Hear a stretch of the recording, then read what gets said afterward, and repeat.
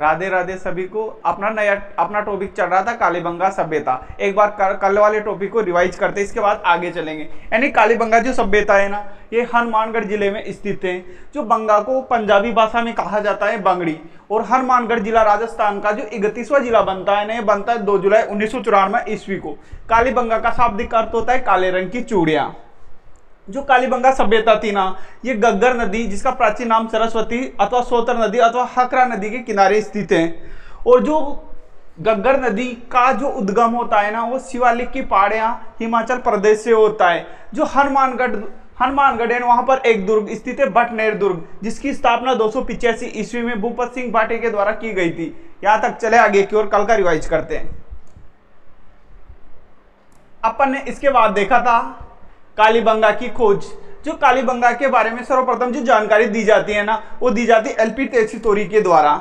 इसके बाद कालीबंगा का जो खोज की गई थी, वो की गई थी 1952 में अमलानंद घोष के द्वारा, और इसका उत्खनन होता है 1961 से लेकर 1969 ईस्वी तक। तो उत्खनन करने वाले थे ना, एक तो थे बीबी लाल, एक थे बीके थापर, और उनके सहयोगी के रूप में थे SP Jain, KM Srivastava, MD खर्रे।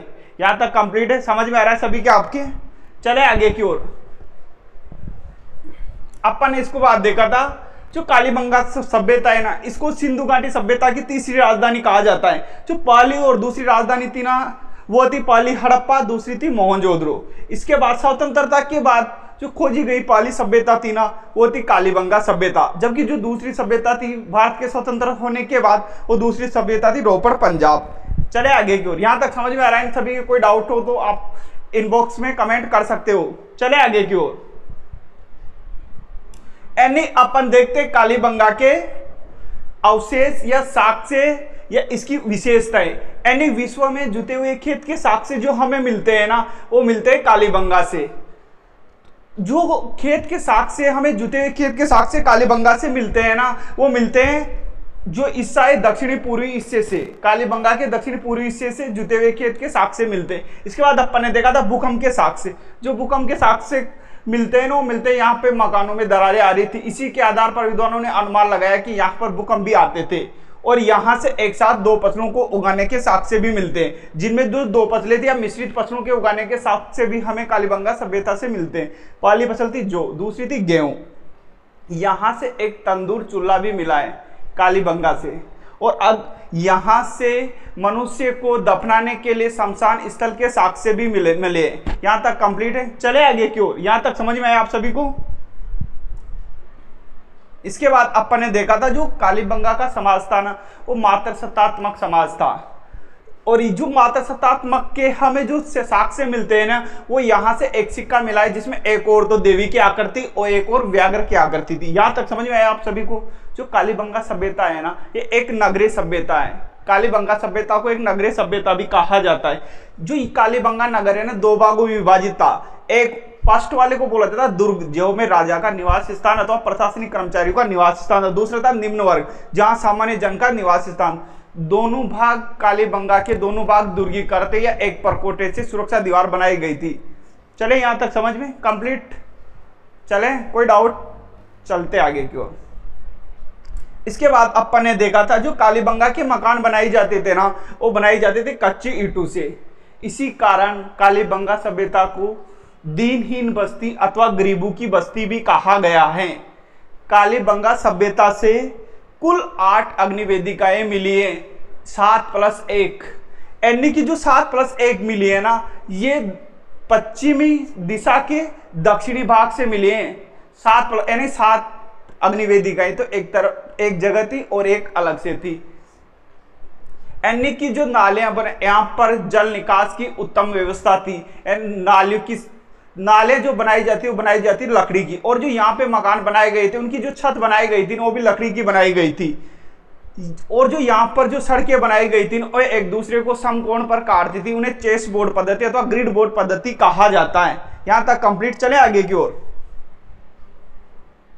इसके बाद अपन ने देखा था जो कालीबंगा सभ्यता है ना, इस पर डाक टिकट जारी होता है 1961 ईस्वी में 90 पैसे का। जो कालीबंगा सभ्यता पर जो डाक टिकट जारी होता है ना, वो होता है 90 पैसे का 1961 ईस्वी में। यहां तक समझ में आया? और जो कालीबंगा की तर्ज पर वर्तमान में जो शहर बसा हुआ है वो है जयपुर। यहां तक अपन ने पढ़ लिया था। अब इसके बाद आगे चलते। जो कालीबंगा सभ्यता का जो उत्खनन होता है ना वो होता है 5 स्तरों पर उत्खनन। कालीबंगा सभ्यता का जो उत्खनन होता है ना वो होता है 5 स्तरों पर। अभी जो 2022 में स्कूल लेक्चरर का एग्जाम हुआ था उसमें पूछा गया था कि कालीबंगा सभ्यता का उत्खनन कितने स्तरों में हुआ था। तो कालीबंगा सभ्यता का जो उत्खनन होता है 5 स्तरों पर। यानी कि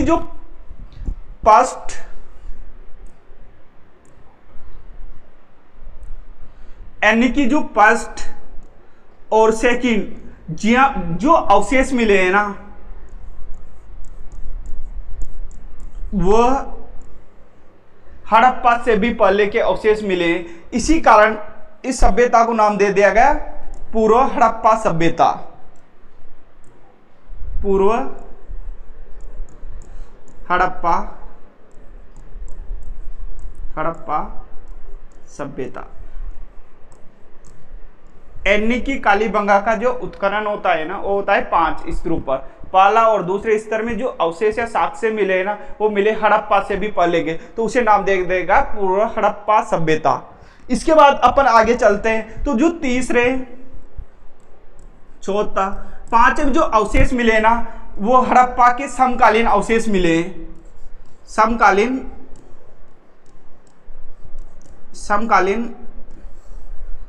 अवशेष मिले तो इसे नाम दे दिया गया विकसित हड़प्पा सभ्यता। विकसित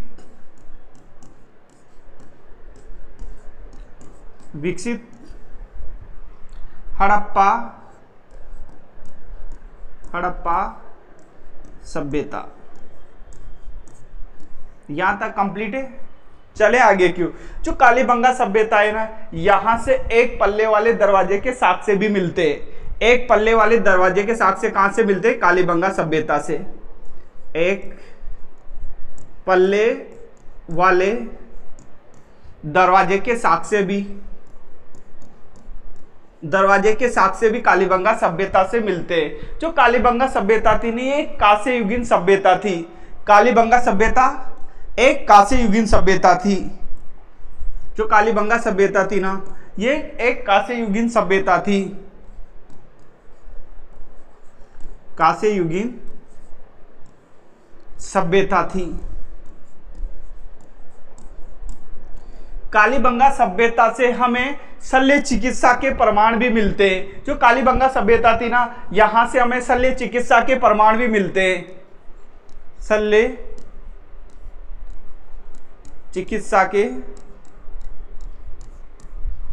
चिकित्सा का अनुमान इस प्रकार लगाया। यहां से एक कपाल खोपड़ी मिली है। यहां से एक कपाल खोपड़ी मिली हुई है। कपाल खोपड़ी मिली हुई है। कपाल खोपड़ी में जिसमें कुल 6 छेद हैं। 6 छेद हैं। इसके आधार पर विद्वानों ने अनुमान लगाया है कि यहाँ पे शल्य चिकित्सा के भी साक्ष्य हमें प्राप्त होते हैं। यहां तक समझ में आया आप सभी को? कंप्लीट है ना? कोई डाउट हो तो आप इनबॉक्स में कमेंट कर सकते हैं। चले कंप्लीट। ये अपने कालीबंगा सभ्यता कंप्लीट होती है। जो कालीबंगा सभ्यता का कालक्रम बताया है ना बीके थापर ने वो बताया 2300 ईसा पूर्व। कालीबंगा सभ्यता का जो कालक्रम बताया है बीके थापर ने कालक्रम बताया है बीके थापर ने 2300 ईसा पूर्व बताया है। ये अपने कालीबंगा सभ्यता कंप्लीट है। कोई डाउट? चले आगे की ओर।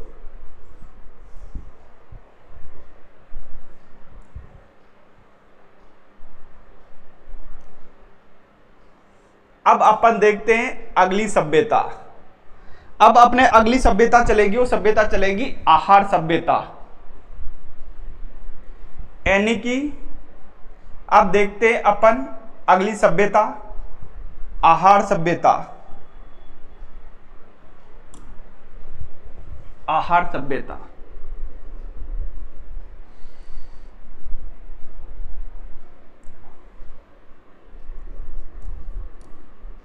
कालीबंगा सभ्यता कंप्लीट हो गई। आप सभी के समझ में आया? कोई दिक्कत? जिसको कोई डाउट हो कमेंट बॉक्स में कमेंट कर सकता है। आहार सभ्यता, जो आर्य सभ्यता स्थित है ना, ये है उदयपुर में।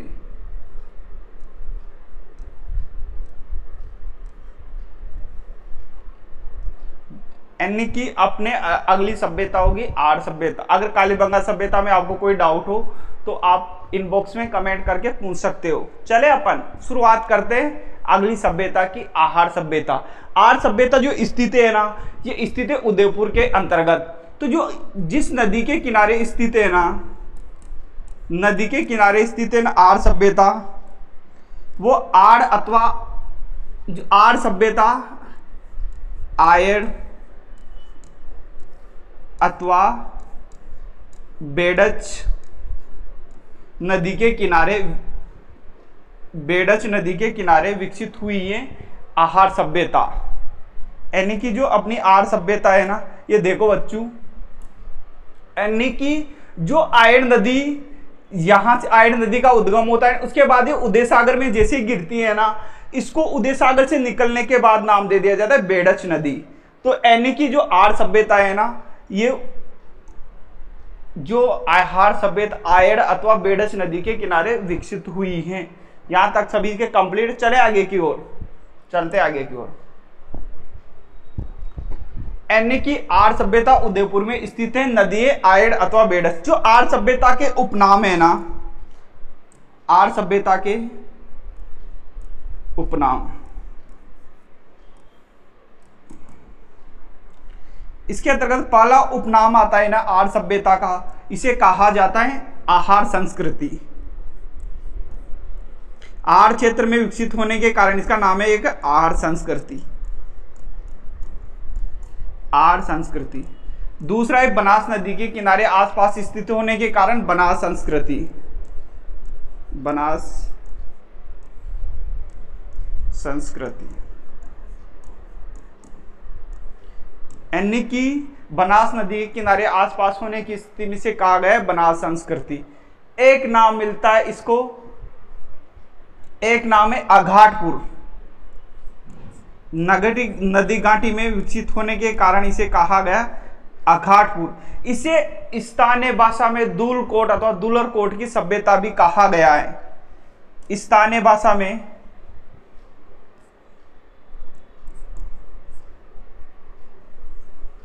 जो आहार सभ्यता है ना, इसे स्थानीय भाषा में दूलकोट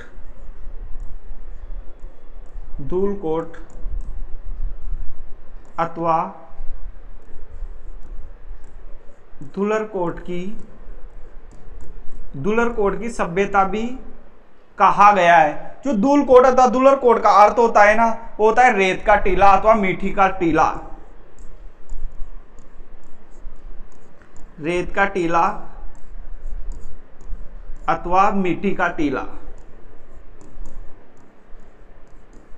मिट्टी का टीला।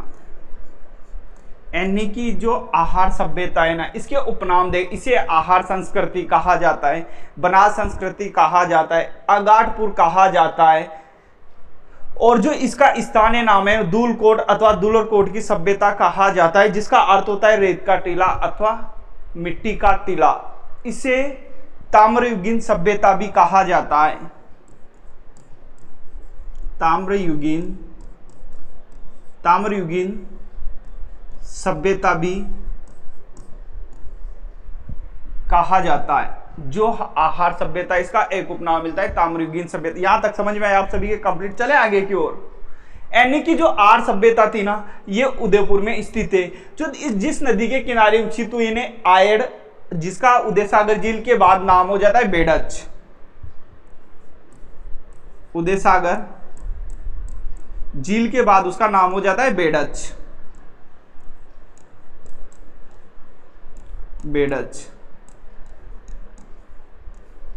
यहां तक समझ में आया आप सभी के। चले आगे के, कंप्लीट है यहां तक। यानी कि जो इसके उपनाम देखते हैं ना, तो इसे आहार संस्कृति, आर्य क्षेत्र में विकसित होने के कारण इसे नाम दिया गया आहार संस्कृति। और दूसरा है बनास संस्कृति, यानी बनास नदी के आसपास विकसित होने के कारण इसे नाम दिया गया बनास संस्कृति। यहाँ तक कंप्लीट। इसके बाद इसे अघाटपुर या अघाटपुर है ना, नदी घाटी के आसपास विकसित होने के कारण नाम पड़ा अघाटपुर, जो इसे स्थानीय भाषा में कहा जाता है ना दूलकोट अथवा दुलरकोट की सभ्यता, जिसका अर्थ होता है रेत का टीला अथवा मिट्टी का टीला। जो आहार सभ्यता इसे ताम्रयुगीन सभ्यता भी कहा जाता है। यहां तक कंप्लीट है। चले आगे की ओर, चलते हैं आगे की ओर।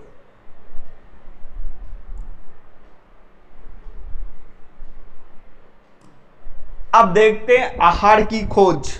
जो आहार सभ्यता है ना,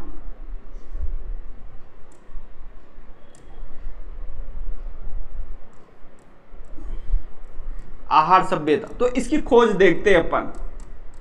जो आहार सभ्यता की खोज होती है ना, ये की जाती है 1953 ईस्वी में। 1953 ईस्वी जो आहार सभ्यता की खोज होती है वो होती है 1953। जो 1953 में करने वाले थे ये थे अक्षय कीर्ति व्यास। अक्षय कीर्ति व्यास द्वारा आर्य सभ्यता को खोजा गया था। एनी की कालीबंगा सभ्यता को खोजा गया था अमलानंद घोष के द्वारा, और आहार सभ्यता को खोजा गया था अक्षय कीर्ति व्यास के द्वारा 1953 ईस्वी में। जो इसका उत्खनन करते हैं ना, आर्य सभ्यता का जो उत्खनन किया जाता है ना, उत्खनन ये किया जाता है 1953 से लेकर 56 ईस्वी तक। 1953 से 56 ईस्वी तक जो उत्खनन करने वाले थे ना, वो एक तो थे आर.सी. अग्रवाल। आर्य सभ्यता का जो उत्खनन करने वाले थे ना, वो थे आर.सी. अग्रवाल। आर.सी. अग्रवाल, और इनके साथ ही थे एक थे विजय कुमार। विजय कुमार, यानी अपन ने देख ली आर्य सभ्यता की खोज 1953 ईस्वी में की जाती है। वो की जाती है अक्षय कीर्ति व्यास द्वारा। जो इसका उत्खनन किया जाता है ना, वो किया जाता है 1953 से 56 ईस्वी के बीच आर.सी. अग्रवाल और विजय कुमार के द्वारा। जो इसका विस्तृत उत्खनन किया जाता है ना, इसका विस्तृत उत्खनन, आर्य सभ्यता का विस्तृत उत्खनन, यानी कि अपन आगे की ओर चलते हैं। तो आर्य सभ्यता का खोज देख लिया अपन ने, उत्खनन देख लिया, तो इसका विस्तृत उत्खनन किया जाता है, वो किया जाता है एच.डी. सांकलिया के द्वारा। एच.डी. सांकलिया के द्वारा जो इन्होंने उत्खनन किया था ना, एच.डी. सांकलिया ना, ये किया था 1961 से 1962 ईस्वी के बीच। 1961 से 62 ईस्वी के बीच। यहां तक समझ में आया आप सभी को? किसी को कोई डाउट हो तो आप इनबॉक्स में कमेंट कर सकते हैं। अपन देख रहे हैं आहार सभ्यता। आर्य सभ्यता किस नदी के किनारे विकसित? आयड अथवा बेडच, उदय सागर झील के बाद इसका नाम पड़ जाता है बेडच नदी। और जो आहार सभ्यता के उपनाम देखे अपन ने, आर्य संस्कृति, बनास संस्कृति, दूलकोट की सभ्यता, अघाटपुर। जो अब इसकी आहार सभ्यता की जो खोज की थी ना, ये की थी 1953 ईस्वी में अक्षय कीर्ति व्यास द्वारा। जो इसका उत्खनन जो होता है नहीं होता 1953 से 1956 ईस्वी के बीच जो उत्खनन करने वाले थे ना, वो थे आर.सी. अग्रवाल और विजय कुमार। जो इसका विस्तृत उत्खनन किया गया था ना, वो किया गया था एच.डी. सांकलिया द्वारा 1961 से 1962 ईस्वी के बीच। चले आगे की ओर। अब अपन देखते हैं यहां से के जो साक्ष्य मिले या विशेषताएं, आहार सभ्यता के अवशेष, साक्ष्य अवशेष क्या क्या मिला है यहां से। यहां से जो साक्ष्य मिलते हैं ना, हमें लाल एवं काले मृदबाण मिलते हैं हमें आहार सभ्यता से। लाल एवं काले,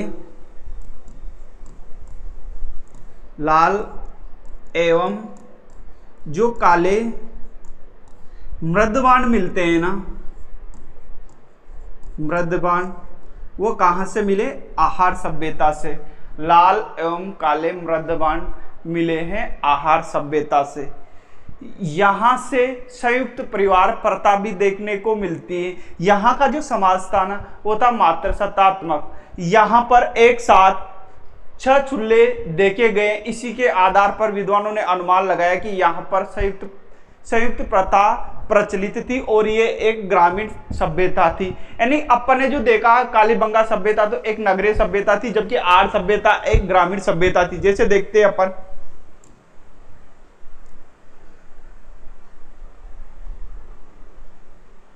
आर्य सभ्यता यानी कि यहां से 6 चूल्हों के साक्ष्य मिले हैं। देख लो चूल्हे दिखाई दे रहे हैं। इसी के आधार पर विद्वानों ने अनुमान लगाया कि यहाँ पे संयुक्त परिवार प्रथा देखने को मिलती है, क्योंकि यहाँ पे एक साथ 6 चूल्हे देखने को मिलते हैं। यानी कि आर्य सभ्यता थी ना, उसमें एक साथ दिख रहा होगा आप सभी को, एक साथ 6 चूल्हे देखने को मिल रहे हैं। और यहां से अनाज पीसने का पत्थर, जिसको हाड़ती भाषा में बोला जाता है गट्टी, वो भी मिली है। यानी कि अनाज पीसने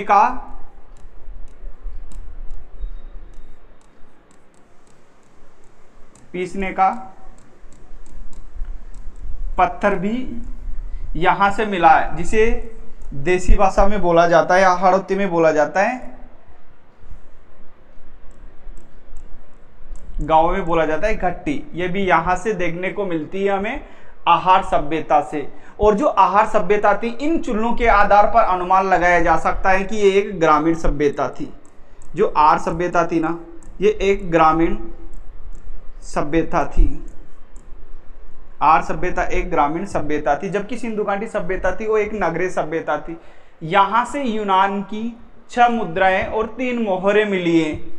यहां से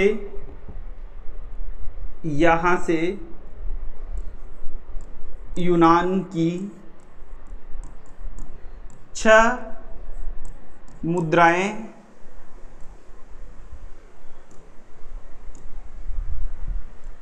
प्लस 3 मोहरें देखने को मिलती हैं। 3 मोहरें देखने को मिलती हैं। यानी कि जो यूनान की मुद्राएं वो मिली है ना, वो मिली है आहार सभ्यता से। यानी कि 6 तो मुद्राएं और 3 मोहरें। जो आहार का उत्खनन होता है ना, कालीबंगा का उत्खनन हुआ था 5 स्तरों पे, पूछा गया है स्कूल लेक्चरर एग्जाम 2022 में। और जो आहार का उत्खनन होता है ना, वो होता है 3 स्तरों पर। चले अगले, यानी जो आर्य सभ्यता का उत्खनन होता है ना, वो होता है 3 स्तरों पर। उत्खनन, आर्य सभ्यता का उत्खनन होता है 3 स्तरों पर। 3 स्तरों पर। जो फर्स्ट उत्खनन हुआ ना आर्य सभ्यता का, इसमें जो है ना स्फटिक के अवशेष मिलते हैं।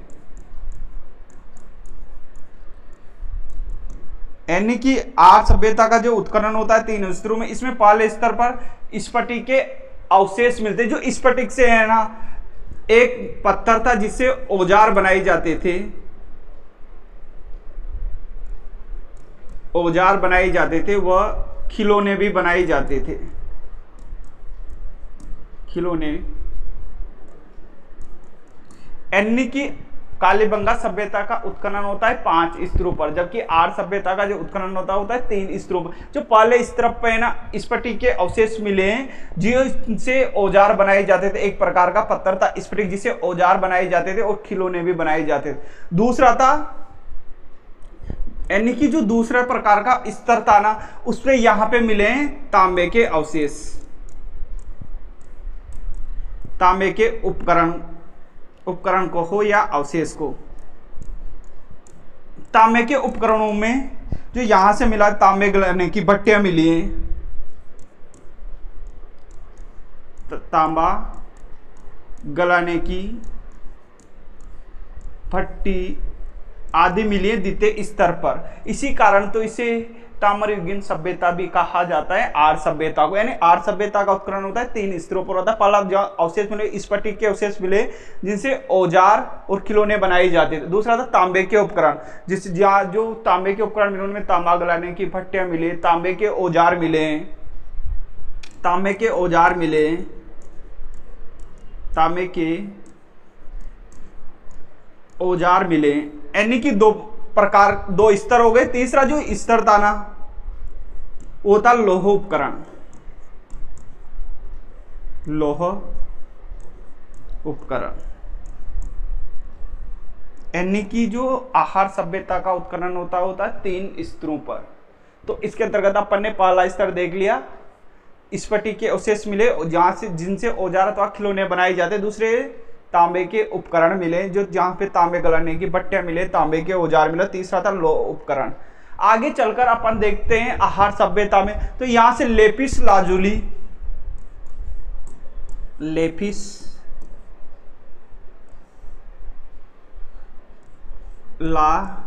लाजुली मिलाएं, यानी कि जो लेपिस लाजुली मिला है ना, ये मिला है आर्य सभ्यता से। ये एक प्रकार का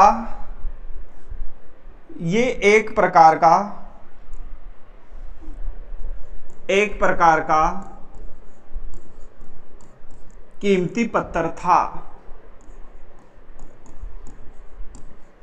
कीमती पत्थर था, यानी कि जो लेपिस लाजुली मिली है ना, हमें मिली है आहार सभ्यता से, जो एक प्रकार का कीमती पत्थर था। यहां तक समझ में आया आप सभी की? चले आगे की ओर चले, कोई दिक्कत तो नहीं है ना? चले, यानी कि अपन देख रहे आर्य सभ्यता का जो उत्खनन हुआ था 3 स्तरों पर होता है। इसके बाद जो अपन अवशेष चल रहे जैसे लेपिस लाजुली मिली है आहार सभ्यता से, जो लेपिस लाजुली मिली है एक प्रकार का कीमती पत्थर था। इसके बाद यहां से चक्रकूप भी मिला है, चक्रकूप, चक्रकूप यानी जल निकालने की वैज्ञानिक विधि, चक्रकूप कहा जाता है जल निकालने की वैज्ञानिक विधि, जल निकालने की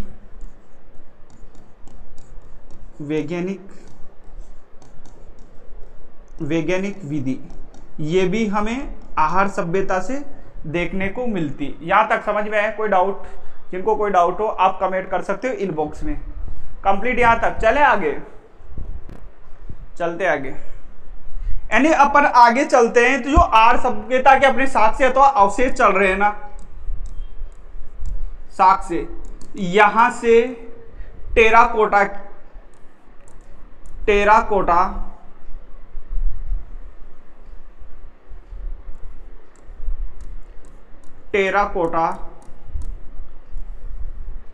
मिट्टी,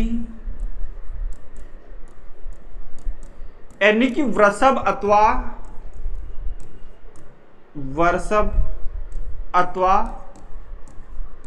बेल की आकृति प्राप्त हुई है। यहां से टेराकोटा मिट्टी की अथवा वृषभ अथवा बेल की आकृति प्राप्त हुई है, जिसे बनासियन बुल की संख्या दी गई है, जिसे बनासियन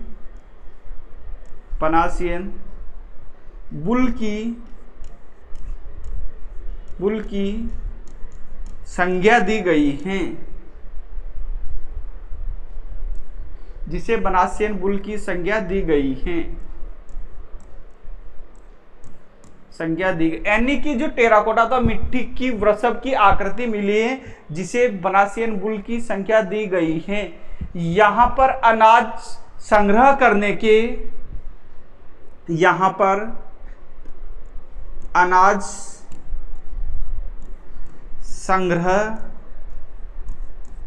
संग्रहण करने के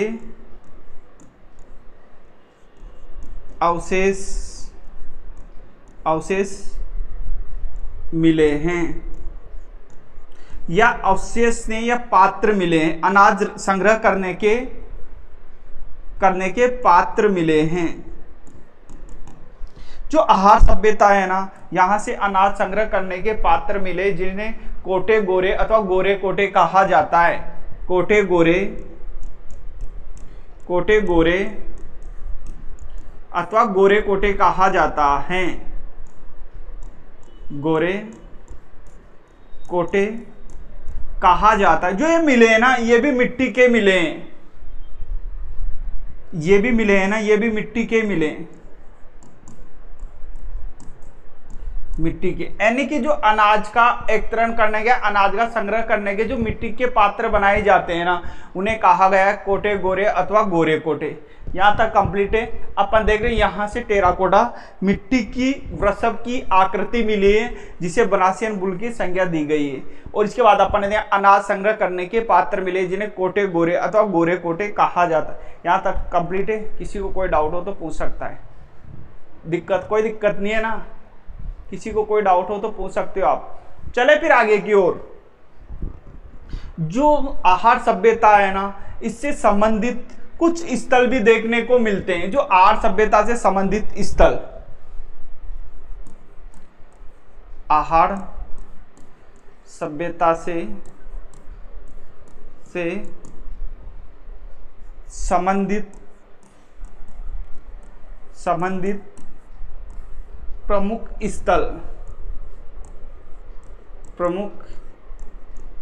स्थल, यहां से क्वेश्चन आता है कि आर्य सभ्यता से कौन सा स्थल संबंधित नहीं है। तो अपन देखते हैं आर्य सभ्यता से कौन कौन से स्थल संबंधित थे। तो पहला स्थल मिलता है, वो मिलता है ओजियाना, जो संबंधित है आहार सभ्यता से, जो पड़ता है भीलवाड़ा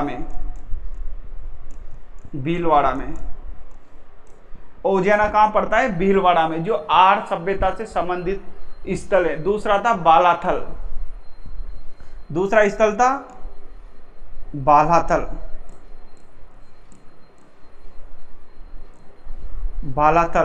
जो कहां पड़ता है? दूसरा स्थल था अपना बालाथल, जो पड़ता है उदयपुर में। तीसरा स्थल था गिलोंड,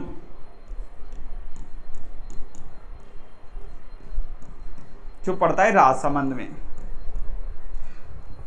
यहां से क्वेश्चन आ चुका है सेकंड ग्रेड में कि कौन सा स्थल आहार सभ्यता से संबंधित नहीं है। कंप्लीट यहां तक समझ में आया। यानी कि अपन देख रहे आहार सभ्यता से संबंधित प्रमुख स्थल, यानी क्वेश्चन आता है कि आहार सभ्यता से संबंधित कौन सा स्थल नहीं है। पहला था संबंधित ओजियाना, जो पड़ता है भीलवाड़ा में। दूसरा था बालाथल, जो पड़ता है उदयपुर में। और तीसरा था गिलोंड, जो पड़ता है राजसमंद में। यहां तक समझ में आए। एक बार जो अपन ने पढ़ा इसको रिवाइज करते हैं, फिर आगे की ओर चलेंगे। अपन ने देखी आहार सभ्यता शुरू की थी अपन ने यहां से, यानी अपन रिवाइज करते हैं। आहार सभ्यता स्थित है उदयपुर में। जिस नदी के किनारे विकसित हुई है ना आहार सभ्यता, वो आयड अथवा बेडस नदी के किनारे। जो पहले तो जहां से उद्गम होता है उसका नाम था, गोकुंदा की पहाड़ियों से उद्गम होता है तो उसका नाम था आयड। जैसे ये उदय सागर झील में गिरती है ना, इसके बाद जैसे निकलती है ना, इसका नाम हो जाता है बेडच। यहां तक समझ में आया कंप्लीट। किसी को कोई डाउट हो तो पूछ सकता है। चले आगे की ओर। इसके बाद अपन ने देखा आहार सभ्यता के उपनाम के अंतर्गत इसे आहार संस्कृति, आहार क्षेत्र में विकसित होने के कारण इसे नाम दिया गया आहार संस्कृति।